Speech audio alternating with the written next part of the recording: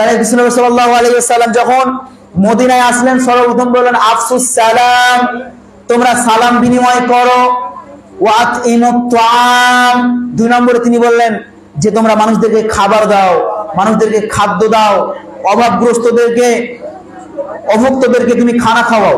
বিশ্বনবী সাল্লাল্লাহু আলাইহি ওয়াসাল্লাম বললেন অভাবীদেরকে খাবার দাও। তিনি এসে তিনি এই কথা বললেন, কারণ পেটে খেলে পিঠে হয়। আপনি যদি মানুষকে খাবার না দেন এই বক্তব্য দিয়ে কাজ হবে? বলেন, এখন যদি আপনার পেটে খাবার না থাকে এই বক্তব্য ভাষণ দিয়ে কোনো কাজ হবে না। এই যে বাংলাদেশের বন্যা, এখন যদি আমি যে ওখানে যে ভাষণ দিই হবে?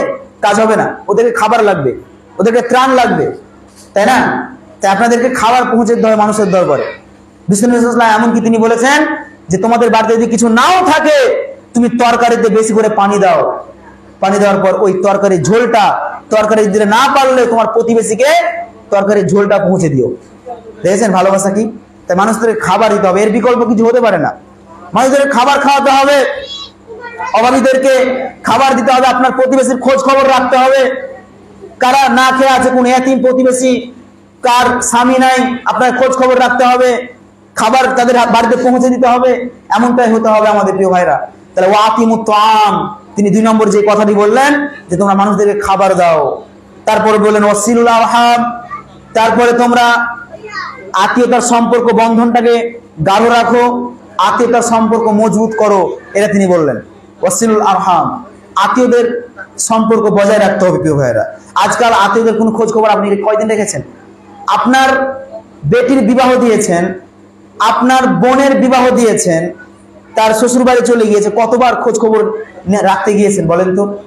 শেষ কবে গিয়েছেন আপনার বোনের বাড়ি বেড়াতে? মনে আছে কি আপনার? মনে নেই।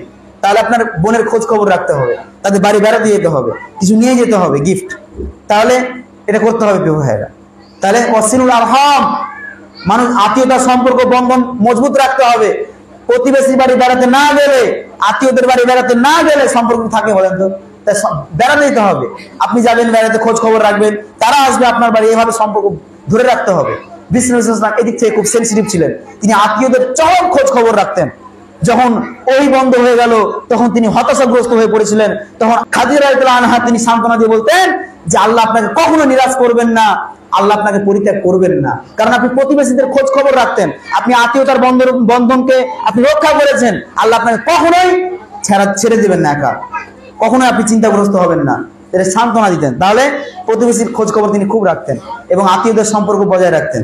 তাই আমাদের আত্মীয়দের সম্পর্ক বজায় রাখতে হবে, যতই সে আমার দুশ্মন হোক না কেন, সম্পর্ক বজায় রাখতে হবে প্রিয় ভাইরা। ওয়াসিলুল আরহাম, তোমরা প্রতিবেশীর আত্মীয়তার সম্পর্ক বজায় রাখো, বন্ধনকে তোমরা অটুট রাখো। 4 নম্বরে তিনি বললেন ওয়াসাল্লু বিল লাইলি ওয়ান নাসু নিয়াম, এবং মানুষরা যখন সবাই ঘুমিয়ে যাবে তখন তোমরা রাত্রিতে উঠে তোমরা সালাত আদায় করো। সবাই যখন ঘুমিয়ে যাবে, পৃথিবী একেবারে নিস্তব্ধ, কোনো শব্দ নাই, একেবারে ঘুটঘুটে অন্ধকার রাত্রিতে আপনি গভীর রাত্রিতে তাহাজ্জুদ নামাজ আদায় করেছেন, এর মতো আর উত্তম কাজ আল্লাহর কাছে হতেই পারে না। আল্লাহর কাছে প্রিয় কাজ এর থেকে আর বেশি কিছু হতেই পারে না, যে আপনি গভীর রাত্রিতে কোনো মানুষ আপনাকে দেখছে না সালাত আদায় করতে, আপনি একাই উঠে নির্জন মুহূর্তে আপনি তাহাজ্জুদের নামাজ আদায় করছেন, এর থেকে উত্তম কাজ আর হতে পারে না। তারপর রাসূলুল্লাহ সাল্লাল্লাহু আলাইহি ওয়াসাল্লাম বললেন যে ফাদখুলুল জান্নাতা বিসালাম, যারা এই 4টি কাজ করবে, সালাম দিবে, আপনার কি করবে, মানুষদেরকে খাবার খাওয়াবে, আত্মীয়তার সম্পর্ক বন্ধনটাকে রক্ষা করবে এবং রাত্রিতে সালাত আদায় করবে, ফাদখুলুল জান্নাতা বিসালাম, তারা জান্নাতে নিরাপদে প্রবেশ করবে। সুবহানাল্লাহ।